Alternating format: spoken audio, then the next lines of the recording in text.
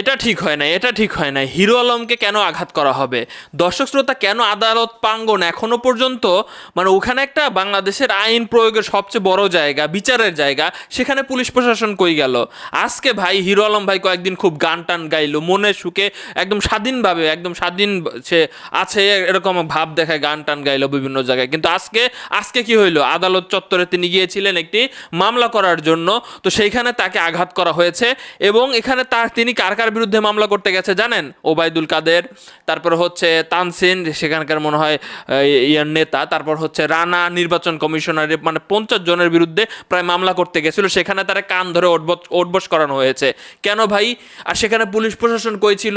পুলিশরা কি দূরে থেকে মজা দেখতেছে না কি? আমি বুঝলাম না। আমি দর্শক শ্রোতা, এখানে হিরো আলম বলেছে যে বিএনপির লোক নাকি তাকে আঘাত করেছে। মানে আমি বুঝলাম না, এখানে আসলে প্রকৃতপক্ষে বিএনপির লোক নাকি যাদের বিরুদ্ধে মামলা করতে গিয়েছিল তাদেরই লোক?